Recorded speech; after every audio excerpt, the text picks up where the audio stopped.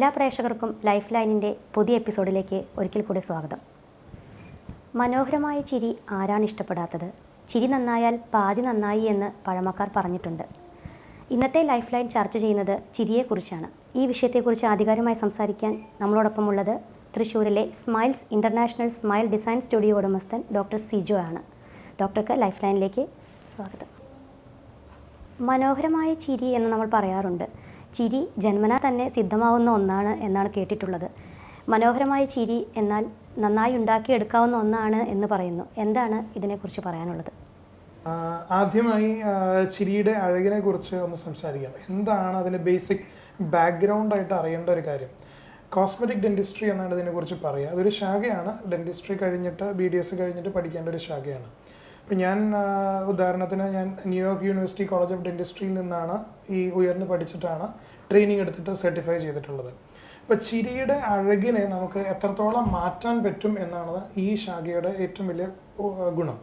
നമുക്ക് ഒരാളുടെ ഒരു വ്യക്തിയുടെ മുഖത്തിനനുസരിച്ച് ആ വ്യക്തിയുടെ പല്ലിൻ്റെ ഭംഗി, പല്ലിൻ്റെ നിറം, പല്ലിൻ്റെ രൂപം, അതുപോലെ തന്നെ പല്ലിൻ്റെ ടെക്സ്ചേഴ്സ് എത്രത്തോളം മാറ്റം വരുത്തി കഴിഞ്ഞാൽ ആ വ്യക്തിക്ക് ആ വ്യക്തിയുടെ മുഖത്തിന് എത്രത്തോളം ഭംഗി ഉണ്ടാകും എന്നുള്ളതാണ് ഈ ട്രീറ്റ്മെൻറ്റ് കൊണ്ട് ഉദ്ദേശിക്കുന്നത്.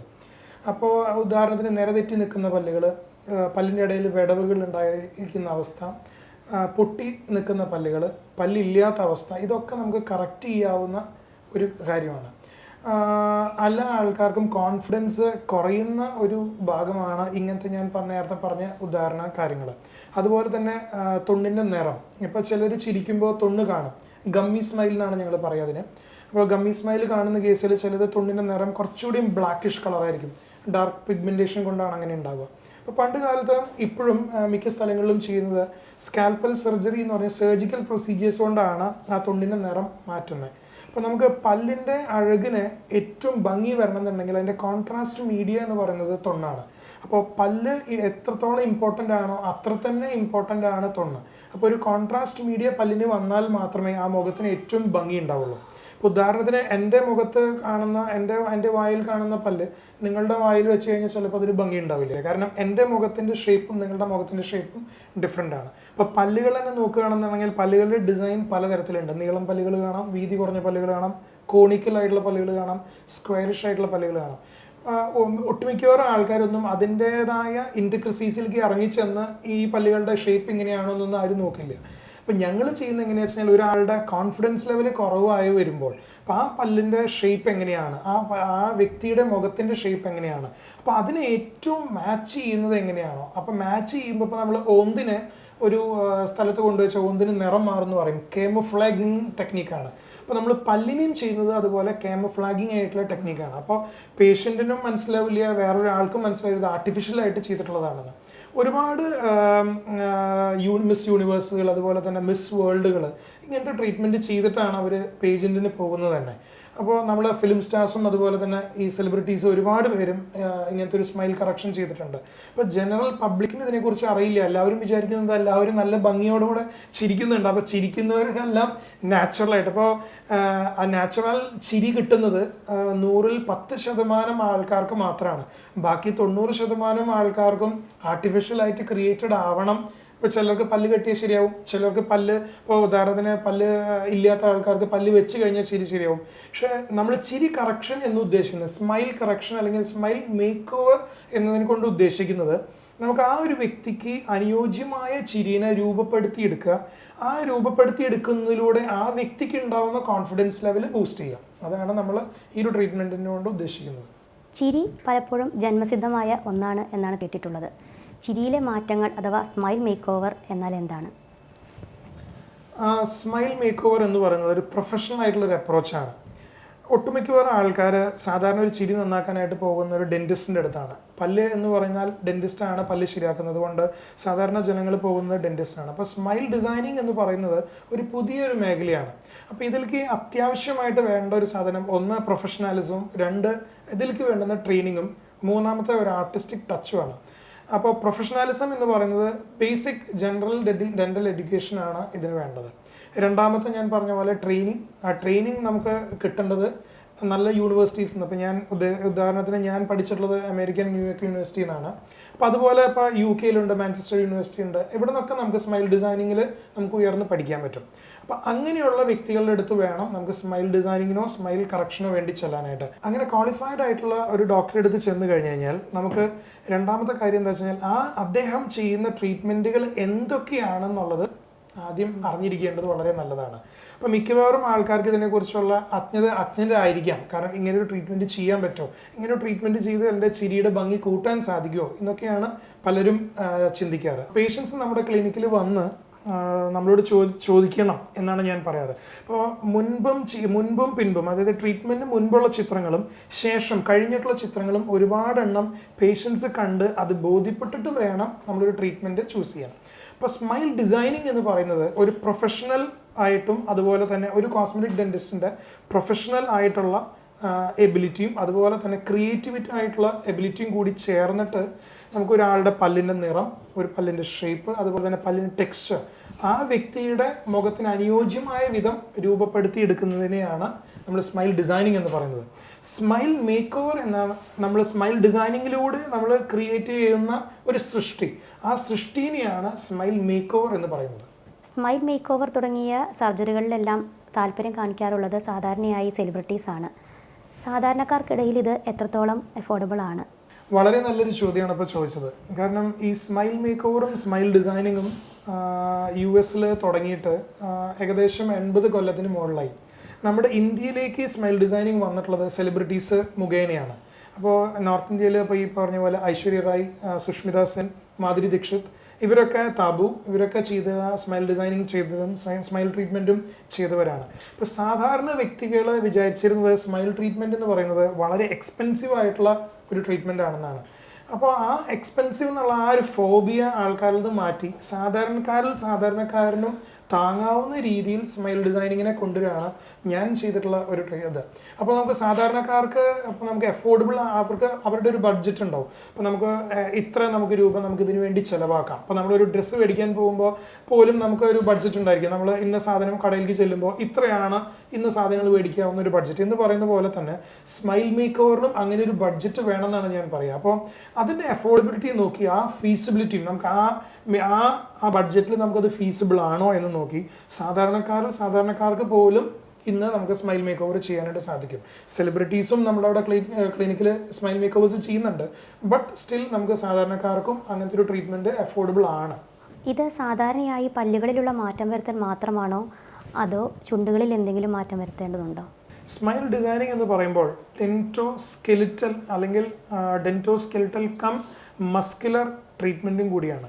ഇപ്പോൾ നമുക്ക് പല്ലിൽ ചെയ്യാവുന്ന ചികിത്സകൾ നമ്മൾ ആ പല്ലിൻ്റെ രൂപത്തിൽ വരുന്ന മാറ്റം, ഞാൻ നേരത്തെ പറഞ്ഞ പോലെ നിറത്തിലും നമുക്ക് മാറ്റം കൊടുക്കാവുന്നതാണല്ലോ. അപ്പോൾ പല്ലിൻ്റെ മുകളിൽ ഒരു ആവരണം പോലെയാണ്, അതായത് ലാമിനേറ്റ്സ് അല്ലെങ്കിൽ ലൂമിനിയേഴ്സ് അല്ലെങ്കിൽ വെനീഴ്സ് എന്നൊക്കെയാണ് ഞങ്ങൾ അതിനെ പറയാറ്. അത് ആ ചെയ്യുന്ന മാറ്റം പോലെ തന്നെ അപ്പോൾ നമുക്ക് അത് ചെയ്യുമ്പോൾ ഇപ്പോൾ പ്രൊഫൈൽ കറക്ഷൻ, ഉദാഹരണത്തിന് പല്ല് നല്ലോണം പുറത്തേക്ക് തള്ളി നിൽക്കുന്ന ഒരു കേസ്, അപ്പോൾ അങ്ങനത്തെ ഒരു കേസാണ് നമ്മൾ അപ്രോച്ച് ചെയ്യണമെന്നുണ്ടെങ്കിൽ പല്ല് കെട്ടുന്നതിലൂടെ നമുക്ക് പരിഹരിക്കാൻ മിക്കും പല്ല് തള്ളി നിൽക്കുന്ന കേസുകൾ. അങ്ങനെ കേസുകളിൽ അതിൽ വരുന്ന പോരായ്മകൾ നമുക്ക് സ്മൈൽ കറക്ഷനിലൂടെ കറക്റ്റ് ചെയ്യാം. അപ്പോൾ അങ്ങനെ വരുമ്പോൾ തന്നെ ചുണ്ടിൻ്റെ പ്രൊഫൈലിലും മാറ്റം ഓട്ടോമാറ്റിക്കലി വരും. അപ്പോൾ ചുണ്ടിൻ്റേതായിട്ടുള്ള സർജറികൾ നമുക്ക് ഇതിൻ്റെ ആവശ്യമില്ല. അപ്പോൾ പല്ല് കറക്റ്റ് ചെയ്യുന്നതിലൂടെ തന്നെ ഓട്ടോമാറ്റിക്കലി ചുണ്ട് കറക്റ്റഡ് ആവുകയാണ്. ഒരാളുടെ കോൺഫിഡൻസ്, നമുക്ക് ചിരിക്കുന്ന കോൺഫിഡൻസ് ഇംപ്രൂവ്ഡ് ആകുമ്പോൾ തന്നെ നമുക്ക് ആ ചിരിയിൽ വരുന്ന മാറ്റമാണ് ഏറ്റവും ശ്രദ്ധേയമായത്. നമ്മൾ ട്രീറ്റ്മെൻറ്റ് ചെയ്യുന്നത് പല്ലിൻ്റെയും തൊണ്ണിൻ്റെയും ആണെങ്കിൽ കൂടിയും ട്രീറ്റ്മെൻറ്റ് കഴിഞ്ഞിട്ട് പേഷ്യൻ്റ് ചിരിക്കുന്ന രീതി നമ്മൾക്ക് തന്നെ ഏറ്റവും റിവാർഡിംഗ് ആണ്. സ്മൈൽ ഡിസൈനിങ് ട്രീറ്റ്മെൻറ്റ് വേദനാരഹിതമാണോ? സാധാരണയായി ഇതിന് എത്ര സിറ്റിംഗ് വേണ്ടി വരും? സ്മൈൽ ട്രീറ്റ്മെൻറ്റ് ആദ്യ കാലഘട്ടങ്ങളിൽ സർജിക്കൽ പ്രൊസീജിയേഴ്സ് വഴിയാണ് ചെയ്തിരുന്നത്. ഇപ്പോൾ നമുക്ക് ടോട്ടലി ഇൻവേസീവ് ടെക്നിക്സ് എന്ന് പറയും. അതായത് പേഷ്യൻറ്റിന് ഏറ്റവും ബുദ്ധിമുട്ടില്ലാത്ത രീതിയിൽ നമുക്ക് വേദന മിനിമം ആയിട്ടുള്ള രീതിയിൽ പോലും നമുക്ക് ട്രീറ്റ്മെൻറ്റ് ചെയ്യാനായിട്ട് സാധിക്കും. നേരത്തെ ഞാൻ മോണയുടെ ട്രീറ്റ്മെൻറ്റ് പറഞ്ഞ പോലെ തന്നെ ഇപ്പോൾ ഈ തൊണ്ണിൻ്റെ കറുത്ത നളം, അപ്പോൾ അത് നമുക്ക് അതായത് ഒരു അപ്രോക്സിമേറ്റ്ലി 3,60,000 RPM വരുന്ന ഒരു ഇൻസ്ട്രുമെൻ്റ് വെച്ച് നമുക്ക് ആ ഒരു സർഫസ് പീല് നമുക്ക് എടുത്ത് കളയാം. അപ്പോൾ പേഷ്യൻറ്റിന് ബ്ലീഡിങ്ങോ അതുപോലെ തന്നെ വേദനയോ ഒട്ടും തന്നെ ഇല്ലാത്ത രീതിയിൽ നമുക്ക് ട്രീറ്റ്മെൻറ്റ് ചെയ്യാനായിട്ട് സാധിക്കും. പിന്നെ നമ്പർ ഓഫ് സിറ്റിങ്സ് എന്ന് പറയുമ്പോൾ ഇപ്പോൾ ചില കേസുകൾ അത് കേസ് ടു കേസ് ഡിഫർ ചെയ്യും. ഇപ്പോൾ ഏറ്റവും മിനിമലായിട്ട് നമുക്ക് വേണ്ടത് 2 സിറ്റിങ്ങിൽ നമുക്ക് ട്രീറ്റ്മെൻറ്റ് കഴിക്കാം. അതേസമയം ചില കുറച്ച് കോംപ്ലിക്കേറ്റഡ് ആയിട്ടുള്ള കേസ് ആണെന്നുണ്ടെങ്കിൽ നമുക്ക് 90 കൂടിയും ഇപ്പോൾ ക്രൗൺ ലെങ്തനിങ് എന്ന് പറയും, ഇപ്പോൾ പല്ലിൻ്റെ നീളം കൂട്ടണം. അപ്പോൾ അങ്ങനെയുള്ള കേസുകളാണെങ്കിൽ നമുക്ക് 3 വീക്സ് ഹീലിംഗ് പീരീഡ് വേണം. അത് കഴിഞ്ഞിട്ടാണ് നമ്മൾ ബോഡി ട്രയൽ, അതുപോലെ തന്നെ ഫ്രെയിം ട്രയൽ, അതുപോലെ തന്നെ നമുക്ക് ഫൈനൽ ഡെലിവറി തരിക. അപ്പോൾ അതിന് നമുക്ക് അപ്രോക്സിമേറ്റ്ലി ഒരു 4 to 5 സിറ്റിങ്സോളം വേണ്ടി വരും.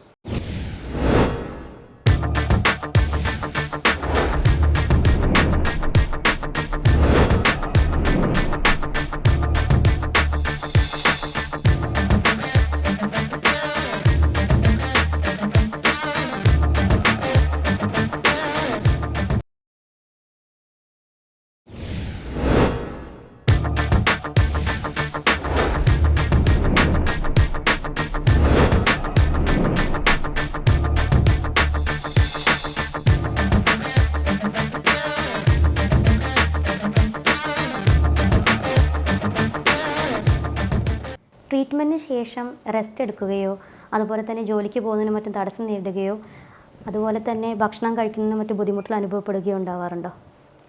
ഒട്ടുമിക്കവാറും പേഷ്യൻസും ഞങ്ങളുടെ ക്ലിനിക്കിൽ വന്ന് ചോദിക്കുന്ന ചോദ്യം തന്നെയാണ് നിങ്ങളിപ്പോൾ ചോദിച്ചത്. നെക്സ്റ്റ് ഡേ തന്നെ നമുക്ക് ട്രീറ്റ്മെൻറ്റ് കഴിഞ്ഞ നെക്സ്റ്റ് ഡേ തന്നെ പേഷ്യൻസിന് ജോലിയിലേക്ക് പ്രവേശിക്കാം. ഭക്ഷണം കഴിക്കുന്ന കാര്യം ഇപ്പോൾ നമുക്ക് കറക്ഷൻസ് ചില കേസുകളിൽ നമ്മൾ റൂട്ട് കനാൽ ചെയ്തിട്ട് വേണം പല്ലിൻ്റെ ആക്സസ് റൊട്ടേറ്റ് ചെയ്യാൻ. അങ്ങനെ വരുന്ന കേസുകളിൽ മാത്രമാണ് ലൈറ്റ് ഫുഡ് നിർദ്ദേശിക്കാറുള്ളൂ. ഇല്ലെങ്കിൽ നെക്സ്റ്റ് ഡേ മുതൽക്ക് സാധാരണ അന്ന് തന്നെ സാധാരണ ഭക്ഷണസാധനം എന്തൊക്കെയാണോ ആ ഭക്ഷണസാധനത്തിലേക്ക് തിരിയാം. അപ്പോൾ നമ്മൾ സ്മൈൽ ഡിസൈനിങ് ചെയ്യുന്നത് ആദ്യം ടെമ്പററി എന്നൊരു ഫേസ് ഉണ്ട്. ആ ഫേസിൽ നമ്മൾ ഏത് രീതിയിലാണോ ആ ചിരിനെ സൃഷ്ടിച്ചെടുക്കാൻ പോകുന്നത് ആ രീതിയിലുള്ള പല്ലുകളെയാണ് നമ്മൾ ടെമ്പററി ഫേസിൽ പേഷ്യൻറ്റിന് കൊടുക്കുന്നത്. അത് എന്തിനാണെന്ന് വെച്ച് കഴിഞ്ഞാൽ അപ്പോൾ പേഷ്യൻറ്റും അതുപോലെ പേഷ്യൻ്റെ റിലേറ്റീവ്സും ബാക്കിയുള്ളവരും അത് അക്കസ്റ്റംഡ് ആവാൻ വേണ്ടിയിട്ടാണ്. അപ്പോൾ പുതിയൊരു രൂപത്തിൽ പേഷ്യൻ്റ് വരുമ്പോൾ നെക്സ്റ്റ് ടൈം പേഷ്യൻ്റ് അളവെടുക്കാനായിട്ട് പേഷ്യൻ്റ് വരുമ്പോൾ തന്നെ പേഷ്യൻ്റെ ചിരിയുടെ രീതി തന്നെ മാറിയിട്ടുണ്ടാവും. കാരണം ആ പേഷ്യൻ്റ് അതിലേക്ക് യൂസ്ഡ് ആയിട്ടുണ്ടാവും. അപ്പോൾ അതിനേക്കാൾ മികച്ച രീതിയിൽ ഭംഗിയുള്ള പല്ലുകളാണ് നമ്മൾ ഫൈനൽ ഡെലിവറിക്ക് കൊടുക്കുന്നത്. ഇങ്ങനെ ട്രീറ്റ്മെൻറ്റ് നടത്തിയ പല്ലുകൾക്ക് ഒരു കാലപരിധിയുണ്ടോ? എത്രത്തോളമാണ് സാധാരണയായി സ്മൈൽ മേക്ക് ഓവറിൻ്റെ കാലാവധി? ഏതൊരു വസ്തു നമ്മൾ മാർക്കറ്റിൽ നിന്ന് മേടിക്കുമ്പോഴും അതിന് ഒരു നിശ്ചിത വാറണ്ടി പീരീഡ് ഉണ്ടായിരിക്കും. ഉദാഹരണം നമ്മളൊരു ഫ്രിഡ്ജ് മേടിച്ചു അല്ലെങ്കിൽ TV വാങ്ങിച്ചു, അപ്പോൾ അതിനൊരു വാറണ്ടി പീരീഡ് നമ്മൾ കൺസേൺഡ് കമ്പനി നമുക്ക് തരും. എന്ന് പറയുന്ന പോലെ തന്നെ നമുക്ക് സ്മൈൽ മേക്ക് ഓവർ ചെയ്യുന്നത് ഓരോ മെറ്റീരിയൽസ് വെച്ചിട്ടാണ്. അപ്പോൾ ഓരോ മെറ്റീരിയൽസിനും അതിൻ്റേതായ വാറണ്ടി പീരീഡ് ഉണ്ട്. ഏറ്റവും ബേസിക് നമുക്ക് വാറണ്ടി പീരീഡ് വരുന്നത് 10 കൊല്ലമാണ്. 10 കൊല്ലം കഴിയുമ്പോൾ ആ ചിരിയുടെ ഭംഗി നഷ്ടപ്പെടും എന്നല്ല, നമ്മൾ മെയിൻ്റനൻസ് ചെയ്യുകയാണെങ്കിൽ അത് തന്നെ മതി നമ്മുടെ ലൈഫ് ലോങ് ആയിട്ട് കിട്ടാനായിട്ട്. സ്മൈൽ ഡിസൈനിങ് ട്രീറ്റ്മെൻറ്റിന് ഉപയോഗിക്കുന്ന എക്യുപ്മെൻറ്റ്സ് എന്തെല്ലാമാണ്? ഇതിന് എന്തെങ്കിലും പാർശ്വഫലങ്ങളുണ്ടോ? വളരെ ലളിതമായി വളരെ ക്രിയേറ്റീവായി ചെയ്യാവുന്ന ഒന്നാണ് സ്മൈൽ ഡിസൈനിങ്. ഇപ്പോൾ നമുക്ക് സർജിക്കൽ പ്രൊസീജിയേഴ്സ് നേരത്തെ ഞാൻ പറഞ്ഞല്ലോ, നമുക്ക് നോൺ സർജിക്കൽ പ്രൊസീജിയേഴ്സാണ് നമ്മൾ സ്മൈൽ ഡിസൈനിങ് കൂടുതൽ ഞാൻ പ്രിഫർ ചെയ്യാറുള്ളത്. ഇപ്പോൾ നമുക്ക് ലേസർ ഗൈഡഡ് സർജറി നമുക്ക് ചെയ്യാം, സ്കാൽപ്പൽ സർജറി ചെയ്യാം. ഇത് രണ്ടും ഞാൻ അവോയ്ഡ് ചെയ്യുന്നത് നമുക്കിത് കഴിഞ്ഞിട്ട് ശേഷം കിട്ടുന്ന റിസൾട്ട് ഓറിയൻറ്റഡ് ആയിട്ട് വേണ്ടിയിട്ടാണ്.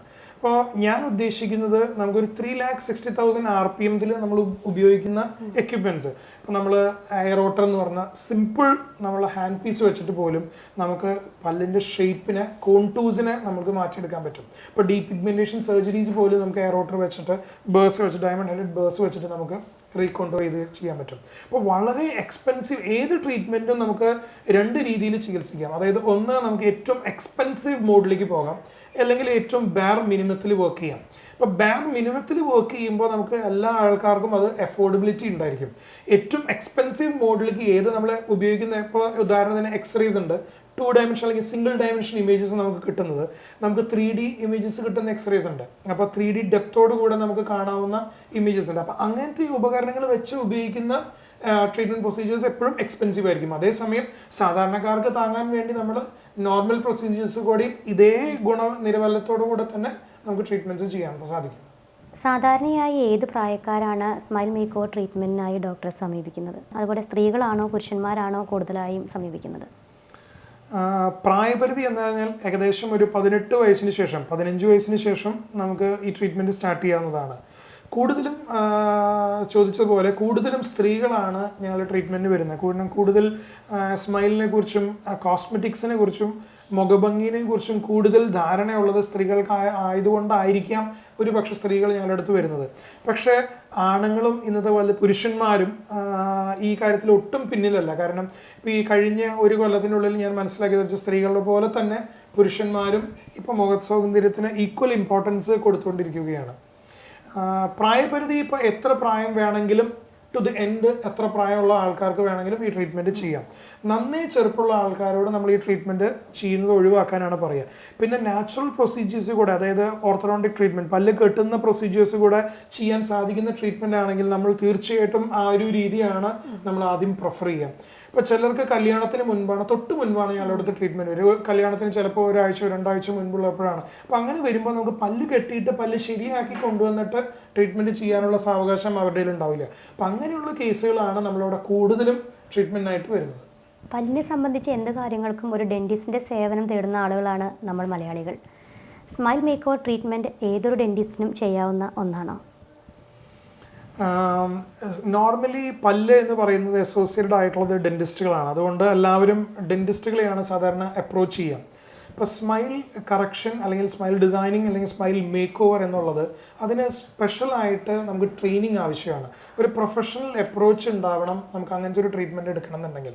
ഇപ്പോൾ സാധാരണ ഒരു ഡെൻറ്റിസ്റ്റിന്, ഇപ്പോൾ ഉദാഹരണത്തിന് നൃത്തം പഠിച്ചൊരു വ്യക്തിക്കും നൃത്തം പഠിക്കാത്തൊരാൾക്കും നൃത്തം ചെയ്യുന്നത് കാണുമ്പോൾ നമുക്ക് തോന്നുന്ന ഡിഫറൻസ്. അതുപോലെ അപ്പോൾ അങ്ങനത്തെ വരുന്ന ട്രീറ്റ്മെൻറ്റിൻ്റെ ഏറ്റവും ഭംഗിയിൽ നമുക്ക് ട്രീറ്റ്മെൻറ്റ് നിർവഹിക്കാൻ പറ്റുക എപ്പോഴും പ്രൊഫഷണലി ട്രെയിൻഡ് ആയിട്ടുള്ള ഡോക്ടേഴ്സിനാണ്. സ്മൈൽ മേക്ക് ഓവർ ട്രീറ്റ്മെൻറ്റ് നടത്തേണ്ട ഡോക്ടർ പഠിച്ചിരിക്കേണ്ട കോഴ്സ് എന്തൊക്കെയാണ്? നമ്മുടെ നാട്ടിൽ ഇത് പഠിക്കാനുള്ള സൗകര്യം ഉണ്ടോ? നമ്മുടെ നാട്ടിൽ സ്മൈൽ മേക്ക് ഓവറിനെ കുറിച്ചുള്ള കോഴ്സുകളില്ല, കോസ്മെറ്റിക് ഇൻഡസ്ട്രിയിലുള്ള കോഴ്സില്ല. ഞാൻ തന്നെ പഠിച്ചത് New York university college of dentistry അമേരിക്കയിലാണ്, ന്യൂയോർക്കിലാണ്. അപ്പോൾ ഇതിന് വേണ്ടിയിട്ടുള്ള കോഴ്സ് നമുക്ക് അവൈലബിൾ ആയിട്ടുള്ളത് ഓൺലൈൻ കോഴ്സസ് ആണ്. അപ്പോൾ അതിൻ്റെ തിയററ്റിക്കൽ ഭാഗം കഴിഞ്ഞു കഴിഞ്ഞാൽ പിന്നെ നമുക്ക് ക്ലിനിക്കൽ സെഷൻസ് ആണ് യൂണിവേഴ്സിറ്റിയിൽ ഉണ്ടായിരിക്കുക. അപ്പോൾ നമുക്കൊരു വർക്കിംഗ് ഡോക്ടറിനെ സംബന്ധിച്ചിടത്തോളം നമുക്ക് ത്രൂ ഔട്ട് പോയി നിന്ന് പഠിക്കേണ്ട ആവശ്യമില്ല.